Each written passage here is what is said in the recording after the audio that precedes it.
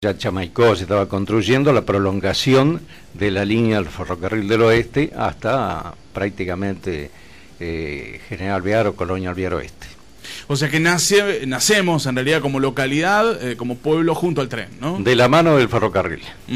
Y algo interesante, Carlos, que bueno, ya lo hemos hablado más de una vez, pero los jóvenes de Mulali, ¿no? El momento de la fundación de lo que es Relicó, ¿no? Efectivamente, era un joven soltero de 26 años, nacido en Roja, provincia de Buenos Aires, y como los familiares tenían campo aquí en esta zona, que después heredó él, en ese momento había una gran explosión de nacimiento de pueblos. El hecho está dado ahora, vemos que casi todas las poblaciones han cumplido recientemente o están cumpliendo años centenarios, y Realicó, bueno, también vieron la posibilidad, la gente Chaparrús y otros que se dedicaban al tema inmobiliario, y le propusieron a Mulali la fundación de un pueblo aquí donde ya se estaba levantando la estación del ferrocarril.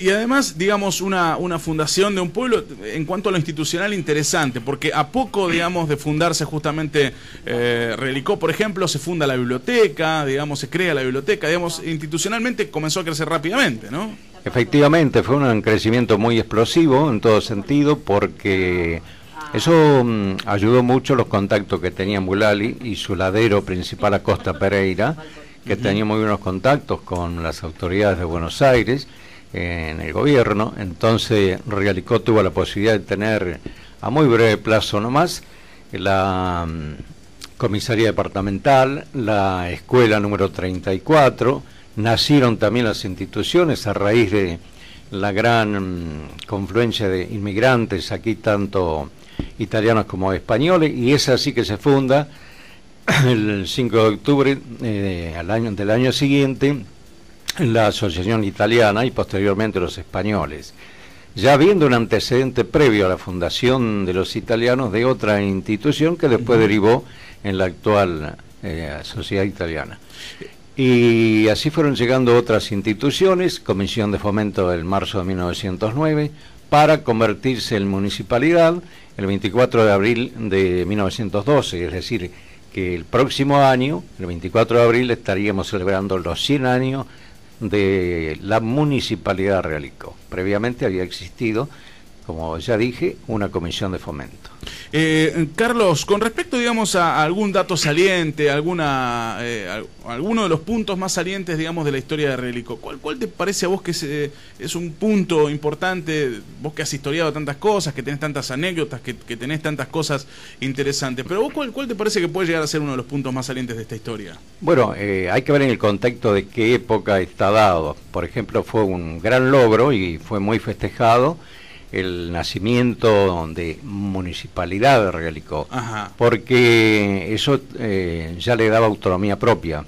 Anteriormente había la Comisión de Fomento, que era una especie de delegación del gobierno central, que en aquella época dependía a su vez del gobierno nacional, el gobernador del territorio, que era designado a dedo por el ministro del Interior. Claro. A su vez, la autoridad que tenían las comisiones de fomento eran simples delegados. Cuando se transforma en municipalidad, le da la oportunidad a la gente de Realicó de elegir dentro de varios partidos locales que se fueron formando sus propias autoridades. Eso lo determinaba la ley 1532, que determinó la marcación de los territorios nacionales y toda la estructura política y jurídica. Y eso fue un hito muy importante, y otro, a poco tiempo más, fue el de la creación de la sucursal del Banco de la Nación Argentina, que permitió que confluyeran a Realicó y aquí movilizaron sus capitales, sus intereses, de una amplia zona. Tal es así que vos, si tenés acceso al libro de registro de firma del Banco de la Nación Argentina, se pueden ver cómo negocios de toda la región, inclusive Huincarnancó, Villa Huidobro, sí, pueblos del sur, otro pueblo del sur de Córdoba, incluso del oeste de la provincia de Buenos Aires, Pareira, Rancul y todo eso dentro de lo que es La Pampa, toda la región, tuvieron la posibilidad de comercializar a través del Banco de la Nación Argentina, sucursal Realicó. eso le dio una importancia muy grande a nuestra localidad. Y bueno, después otros hitos trascendentes fue el 31 de marzo del 41 cuando se inaugura el hospital regional prácticamente, porque si bien era un hospital para acá, pero la importancia que tuvo en su momento hizo que todas las necesidades primarias de la salud de nuestra zona cercana también confluyeran aquí para ser atendidas. O sea que, bueno, estos para vos, digamos, son algunos puntos destacables, justamente. Hay otros, por ejemplo, más adelante en el tiempo, lo que significó Molino Werner, claro, como contención del éxodo que se produjo en la provincia de La Pampa, y no era la excepción Realicó, pero justo en el momento que mucha gente se iba por la tremenda sequía, la crisis mundial de la década del 30, don Emilio Werner funda el molino harinero aquí en Realicó, que se inaugura el 30 de octubre de 1938, y origina una fuente de trabajo importante para un centenar de personas. O sea que eso evitó que Realicó se desangrara un poco más en cuanto a su población. Obró como un contenedor, y en otros pueblos hubo una expulsión de gente hacia Buenos Aires, que aquí felizmente, si bien hubo, pero en gran parte fue contenida por esa obra que comenzó en el año 37 y concluyó el 30 de octubre del 38. Carlos, en lo personal, digamos, ¿no? Si tuvieras que salir a recorrer Realicó, lo recorres constantemente, ¿cuál es el lugar que a vos más te moviliza en cuanto a la historia, que más te genera? Por ejemplo, a mí un lugar que realmente me genera, digamos, cosas es la plaza, por ejemplo, ¿no? Pasar por el medio de la plaza te genera siempre, si vos te pones a pensar, quizás en el momento que estás distendido, que pasás no vas con preocupaciones, nada, es un lugar que a mí en lo personal me genera alguna cuestión, digamos, interna. Otra es la estación de trenes, ¿no? Del ferrocarril, pero a vos en lo personal, ¿cuál es el lugar histórico que más te moviliza, ¿no? Bueno, por ser que uno ha conocido la importancia del ferrocarril, de la estación, de cuando uno iba al tren y demás, tenés el espacio digamos, el microcentro de la estación hacia la plaza, que es la parte más antigua y más tradicional de Realicó. Y felizmente se conservan algunos edificios, como el que fue rescatado no hace mucho y reciclado, el edificio donde hoy funciona la Escuela Laboral, que fue uno de los primeros edificios de la municipalidad de Realicó, el Banco de la Nación, que fue inaugurado en 1922 y está impecable como cuando recién se inaugurara, felizmente, y todo lo que contiene como historia, porque ahí en ese microcentro hay un montón de cosas históricas. No olvidemos la voz Realicó, que aún nos acompaña a través del tiempo. Sí. Y cuando uno pasa y ve esos antiguos edificios que aún quedan, como donde funcionara el almacén de Gondián, que antiguamente fue farmacia, después fábrica de zapatillas, y bueno, tuvo otros destinos. Y así, un montón de...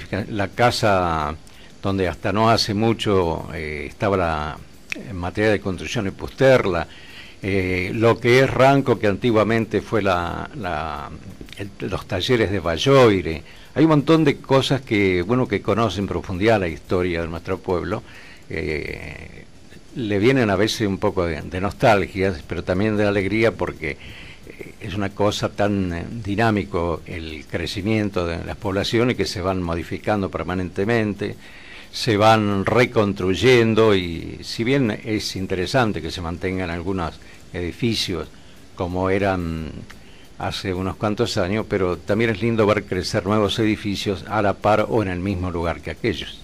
Carlos, con respecto, digamos, a también lo que es el presente, ¿no? ¿Cómo ves a la juventud? Yo decía, digamos, que lo noto en la página de la radio, que tus notas, las notas de Gladys, por ejemplo, que tienen que ver con la historia de Realicó, son muy consultadas, muchas visitas tienen, ¿no? Incluso comentarios. Eso quiere decir, digamos, que a la gente le interesa su historia, ¿no? ¿Cómo notas a la juventud, digamos, en cuanto a la historia de su pueblo? ¿Lo ves interesados? ¿Lo ves que por el momento le pasan por al lado? No, yo no creo que se interese mucho, no lo noto, porque desde las escuelas sí suelen consultar y tratar de inculcarle a los chicos un poco la historia de Realicó. De hecho, me han invitado tanto a las escuelas primarias como a la escuela secundaria para dar algunos algunas charlas, exhibirle fotografías antiguas, pero es un muy reducido grupo. Incluso te digo que no se interesa por la historia, la parte oficial. La parte oficial me da la sensación de que no le preocupa en absoluto la historia de Realicó. Porque yo tengo, por ejemplo, mucho material inédito, pero jamás en el Consejo Deliberante ni en el Ejecutivo se ha preocupado por declarar ese de interés municipal, para que no se pierda, no para que se publique ahora, pero para que eso no se pierda, porque el día que yo me tenga que ir, eso indudablemente se va a perder. Y es una pena, pero nunca nadie se interesó en si se publica o no se publica.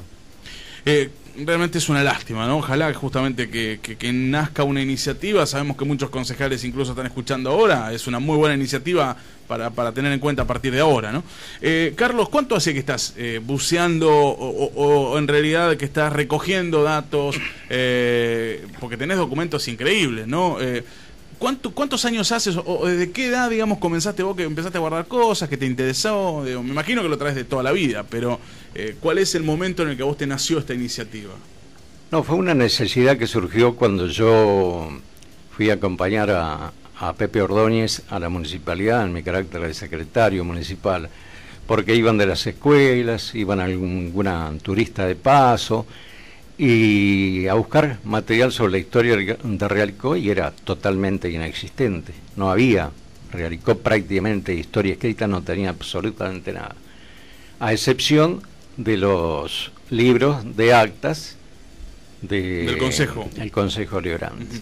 Entonces vi la necesidad de que Realicó registrara su historia, y ahí comencé a rescatar a través de los libros de acta de la municipalidad. Fui pidiendo a las instituciones fotocopias de las actas de las instituciones, y fui buceando en algunos periódicos que existen en la biblioteca local, especialmente en el Pampero, que está la edición encuadernada allí de 1918 al 24, la Tribuna y otros periódicos sueltos. Tuve la suerte de encontrar todavía gente prácticamente de los primeros años de Realicó, con mucha memoria, lucidez, un Ángel Pascual, un Armengol Botán, que no estaba acá, pero me mandó mucho material, la familia Monreal, que habían sido los hijos de uno de los primeros fotógrafos que hubo acá, y que incluso el padre era periodista, y editaban en su época, ya por el año 1917, el 20, el 21, periódicos locales,